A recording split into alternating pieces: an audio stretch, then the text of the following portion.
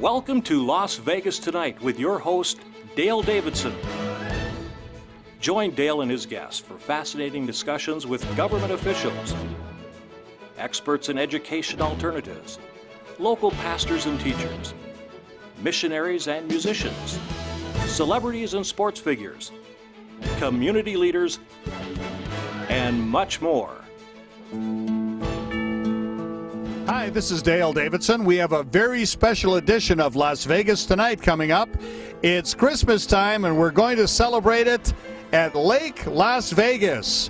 First up, let's go out to the beach right here at the lake. You're about to see something truly amazing.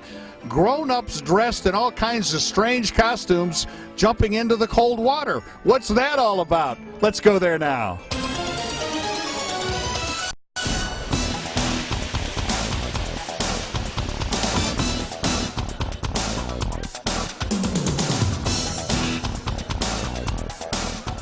Today we are out at Lake Las Vegas at Lowe's Lake Las Vegas Resort Beach. The polar plunge is normally something that people do in much colder climes. However, I stuck my hand in there and this water is plenty cold. You're going to see some people dressed up in all different kinds of wild costumes, and it's all for a terrific cause. The cause is Special Olympics. We're going to get them jumping in here pretty soon, and then a few interviews on why, when, and how much.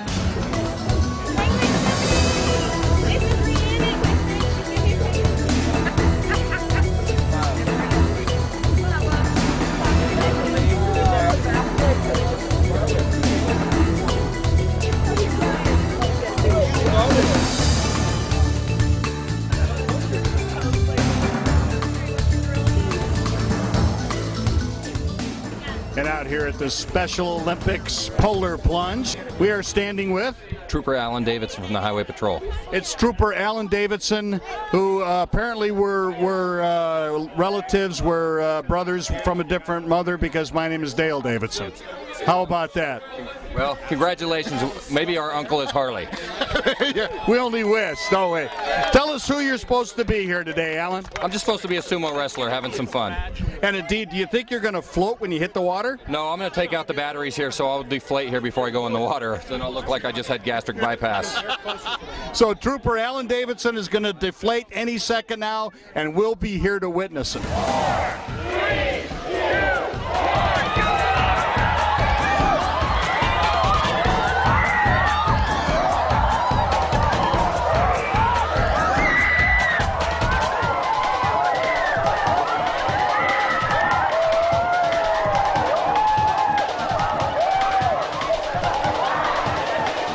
My father had just gotten out of prison, which is a long story, but he co-owned a business with Ted Williams, the famous baseball player, yeah. And embezzled some money, went to jail, got out of jail, was on parole, later skipped out on parole, and ended up in America's Most Wanted. So you may not, maybe you haven't had a whole lot of guests who have had a relative on America's Most Wanted, but you got that now. Yeah, congratulations. And I've got that going for me. So it's my, you're famous. Yeah. Okay. Infamous, maybe, but unfortunately he has the same name as me, so great. But so he had just gotten out of jail, and I went down to visit him because I hadn't seen him in several years because he was in jail. And first night there, I said, hey, I wanted to let you know, I don't know if you'll care, but I decided to become a Christian. And he said, really? I said, yeah. He said, who have you been talking to? How'd that happen? And I said, nobody, I've never met one. And he said, do you want to? Because there was a minister that was visiting me in jail, and I have his business card. I could call him, and we could have him come over. And I said, yeah. So he called this guy, and he said, I'll come right over. We met that night for hours. And the next day I went to his church. I got baptized. And after he said, well, when you go back to Buffalo to school, where are you going to go to church? I said, I don't even know if I'll go. That's weird stuff. I've never been to one. And he said, no, you need to go. They do strange things behind those closed doors. I have no idea. I literally had no idea. In fact, I'll show you how new to it I was, because he said, well, I know a pastor up in Buffalo. Do you want to go to his church? And I said, sure, okay. He wrote down the name of the pastor and his phone number and the name of the church. So I got back to Buffalo a couple days later, called. This lady answered the phone, the secretary, and I said, could I please speak to the pastor? And gave his name. And she said, I'm sorry, he's not here. And I went, oh. She said, what's wrong? I said, well, I really wanted to come to church on Sunday. She said, oh, no, he'll be here on Sunday. He's just not here today, so you could talk to him on Sunday. And I said, yeah, but how would I get in?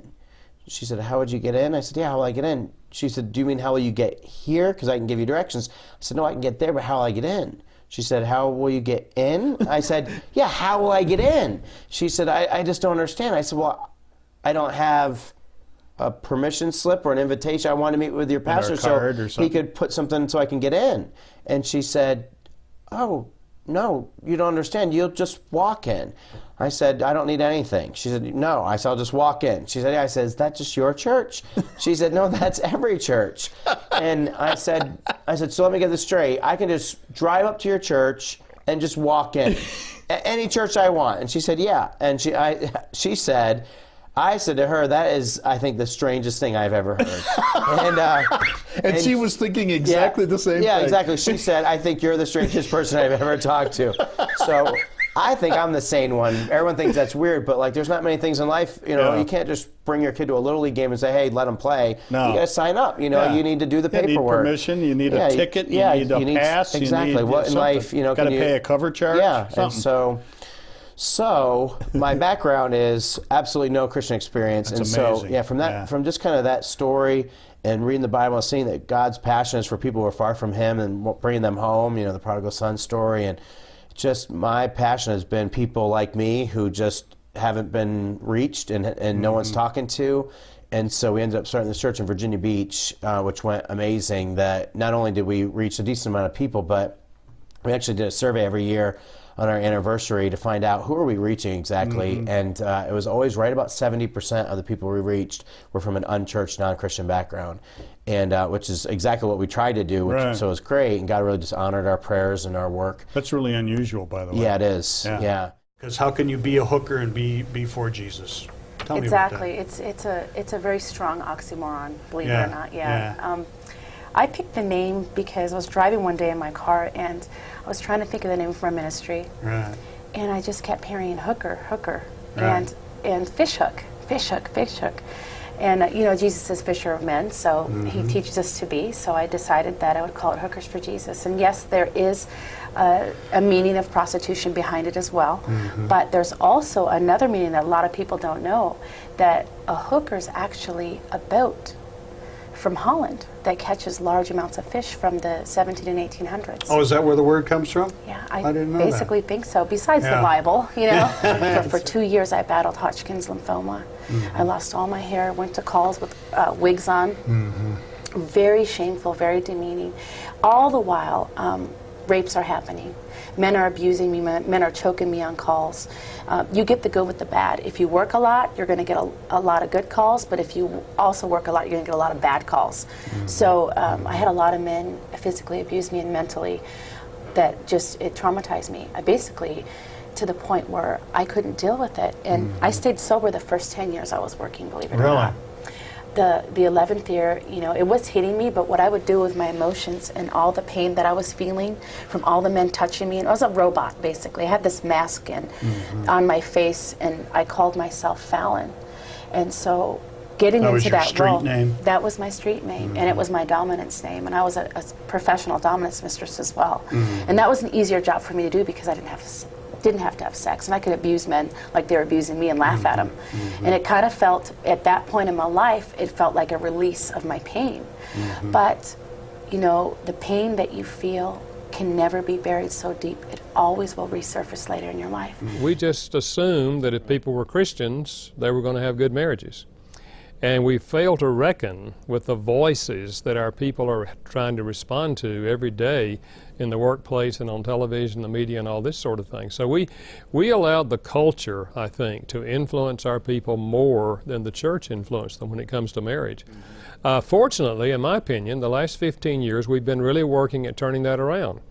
And my vision for a long time has been that every church, whatever the denomination, whatever the size of the church, have ongoing marriage enrichment events all the time. You know, a class for 12 weeks, and then when that's over, another class for 12 weeks. And taking their membership through small group activities that are going to enrich marriages. Okay, how did you guys meet? I want to hear the story. Okay, I'm glad you asked me. We have a couple of discrepancies. Oh, okay, okay. But we met in New York City. We met at Radio City Music Hall. It was an event called Night of 100 Stars. Oh, sure. At the time, I was dancing for Dance Theater of Harlem. Oh, okay. And we met at the theater in the green room.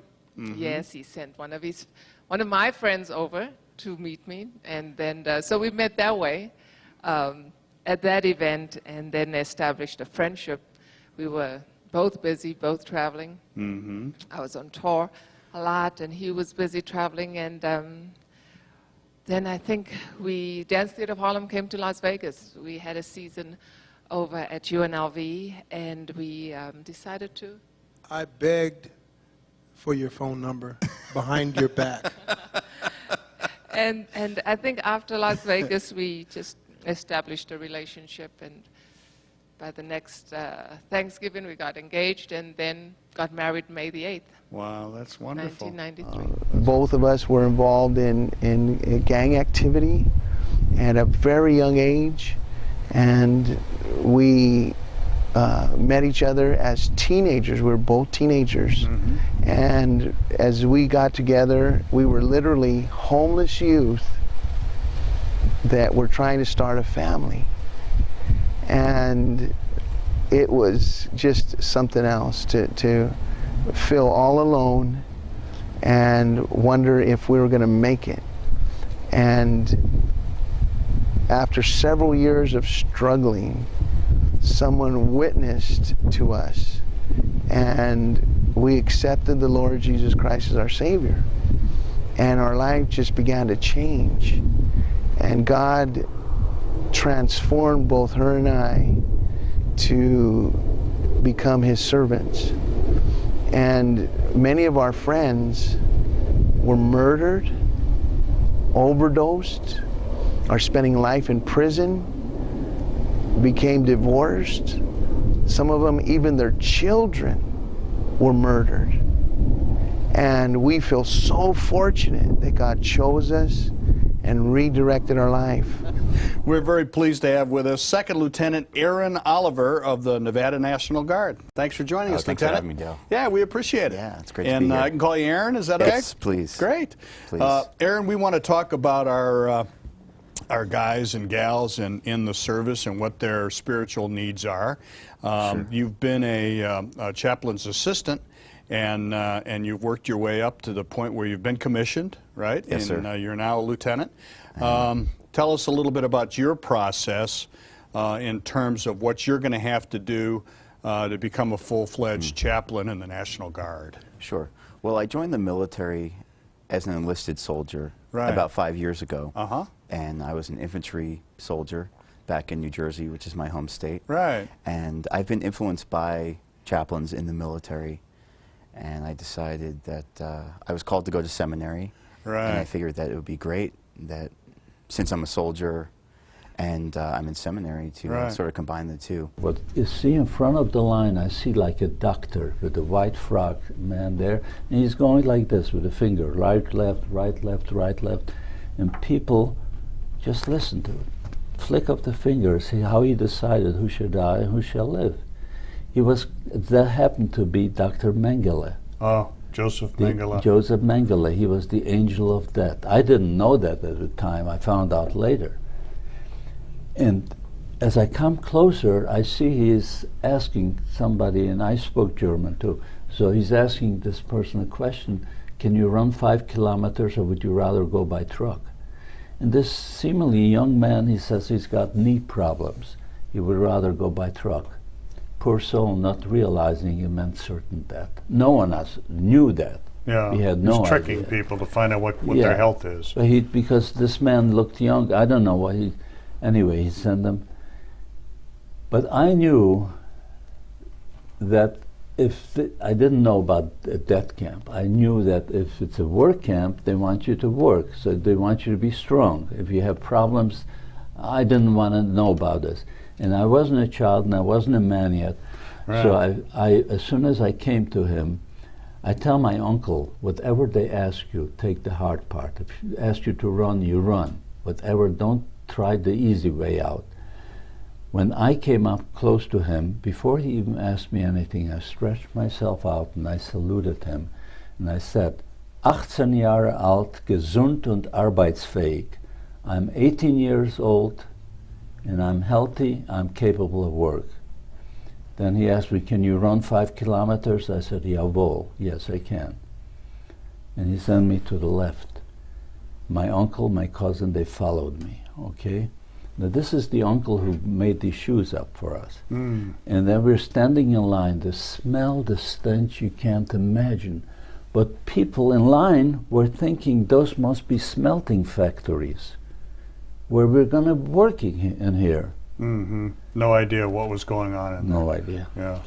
At that time in my life, I was like, wow, this is great. You know, I call my friend, I'm like, get our bags ready. We have a ride to the airport. We're going to be riding with the Corvette. Yeah, so we leave, and we were both drinking. I was drunk, and you know, and in those moments, you don't think clearly, you know, and sorry. No, that's okay. But you know, and I can look back and think, why didn't I go with my friend? You know, why didn't I just leave with her? And at first, when she was breaking. Yeah, when she was like, let's go, and so anyways, so he rents the car, and we're going the opposite way from the hotel. And I'm like, well, you know, where are we going? You know, and he's like, stay another night. He was trying to persuade me to stay, and you know, I was like, you know, our airplane's leaving in a couple hours, and so he pulled over to the side of the road, and he's like, have you ever driven one of these before? And I said, no. He's like, well, take it for a ride.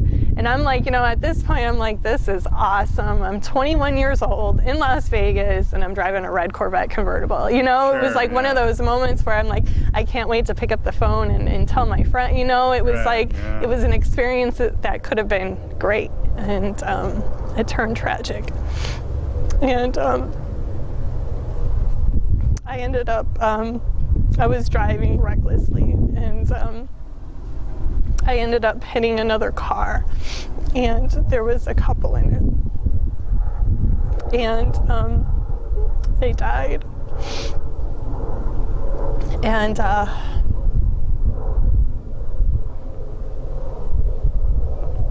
I can remember it like it was yesterday, even though it was so long, and all that I've gone through since then. But it's one of those things you can't take back. Sure. And just what a decision like that, how it affects not only other people, and so many other people. It's been an honor to be out here and to kick the season off. We hope that you've enjoyed the day as much as we have. I'm Dale Davidson. This is Las Vegas Tonight. God bless you, and Merry Christmas.